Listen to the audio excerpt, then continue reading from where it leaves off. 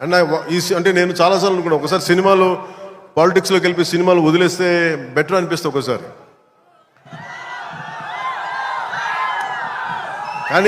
కానీ ఏమనిపిస్తుంది అంటే దానికి రీజన్ ఏంటంటే, కనీసం నన్ను చాలామంది మాట్లాడుతూ ఉంటారు, కొంతమంది నేనంటే పడని రాజకీయాలు ఉండే వ్యక్తులు కొంతమంది. నాకేమనిపిస్తుందంటే అలాగే నాకేమనిపిస్తుందంటే, రాజకీయాల్లో ఉండే వాళ్ళందరికీ కాంట్రాక్టులు చేసుకుంటారు, వాళ్ళందరికీ వ్యాపారాలు ఉన్నాయి. నాకు సినిమా ఉంది, కాకపోతే నేను కూర్చోబెట్టి మొత్తం పనులు అన్నీ వదిలేసి బాధ్యతలు వదిలేసి నేను సినిమాలు చేయట్లా. కనీసం ప్రతి మనిషికి 8 hours డ్యూటీ చేయాలి. అది కనీసం బేసిక్ రూల్, అది 8 hours. అలాంటిది నేను 16 గంటలు పనిచేస్తాను, 14 గంటలు పనిచేస్తాను.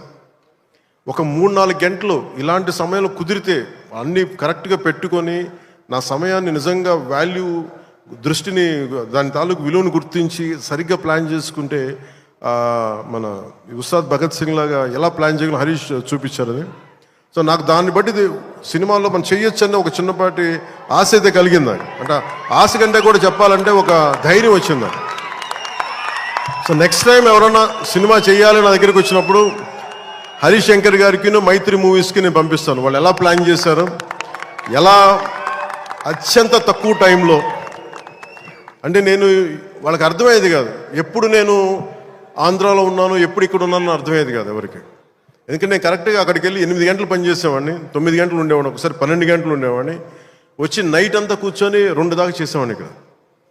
ఇవన్నీ చేయగలిగానంటే ఇది బేసికలీ నా కాలం తాలూకు విలువను అర్థం చేసుకొని దాన్ని ముందుకు తీసుకెళ్ళినందుకు మనస్ఫూర్తిగా నిర్మాతలు రవి గారికి, నవీన్ గారికి, ప్రతి ఒక్కరికి నా ధన్యవాదాలు తెలుపుకుంటాను. ఇది మీరు ఇచ్చిన ఈ జోష్ కానీ ఈ అవకాశం కానీ నేను మర్చిపోలేను. మీరు అలాగే విదేశాల్లో ఉన్న తెలుగు